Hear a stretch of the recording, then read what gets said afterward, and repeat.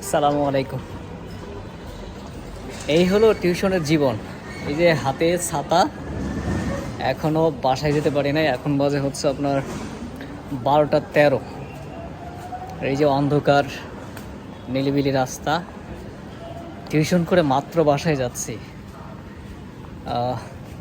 আমি টিউশন শুরু করেছি 3টা থেকে, অর্থাৎ বিকেল 3টা 15 থেকে টিউশন শুরু করেছি। এখন বাজে 12টা 13। মোট 5-6টা করালাম। টাইম ম্যানেজমেন্টটা খুব কম হয় আসলে, তারপরেও করতেই হয়। কারণ পড়াশোনার মাঝে যদি আপনি জব করতে চান তাহলে আপনার সমস্যা হবে, দারুণ সমস্যা হবে, পড়াশোনার ব্যাঘাত ঘটবে, অনেক কিছুই। তো যারা টিউশন করেন তারা জানি না কতটা ক্লান্তি বোধ করেন। অবশ্যই তো ক্লান্তি লাগে, অনেক টায়ার্ড লাগে, তারপরেও করে দিয়ে হয়।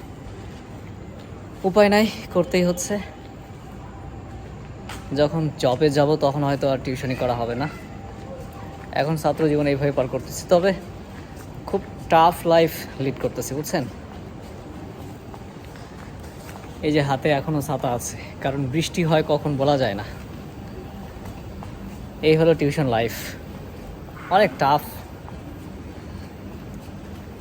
এখনকার গার্ডিয়ানরা তো আপনার স্টুডেন্টদেরকে একটা টিউটরের হাতে দিয়ে মনে করে সব দায়িত্ব শেষ। এই স্টুডেন্টগুলো বাসায় পড়ে না, হোমওয়ার্ক করে না, বারবার রেজাল্ট খারাপ হয়, আর সব দায়ভার যেন আমাদের মতো টিউটরদের।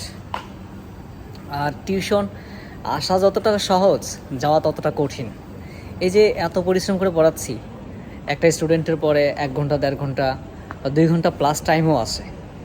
আজকে একটা স্টুডেন্টের পরীক্ষা ছিল গতকালকে, কালকে আর একটা পরীক্ষা আছে।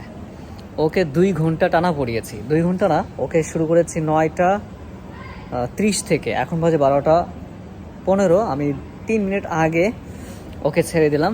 তার মানে কত সময় ধরে পড়াচ্ছি। এরপরেও রেজাল্ট যদি একটু 19-20 হয়, দেখা যাবে যে টিউটর চেঞ্জ, আর অনেক কিছু। কিন্তু আমি দেখলাম যে ওদের যারা টিচার, যারা আপনার ইয়েতে পড়ায়, ক্লাসে পড়ায়, সিলেবাসের কিছুই শেষ করেনি। সব দায়িত্ব যেন টিউটরদের, কোচিংয়ের। মানে ওনারা শুধু বেতন নেয়, ঠিক আছে। এটা হলো অবস্থা, টিউশনের অবস্থা। আর গার্ডিয়ানরা, যেসব শিক্ষার্থীরা, আমি একটা জিনিস লক্ষ্য করেছি যে যেসব শিক্ষার্থীরা মানে দুর্বল, ওই শিক্ষার্থীদের শিক্ষকরা যেভাবে চেষ্টা করে, ওই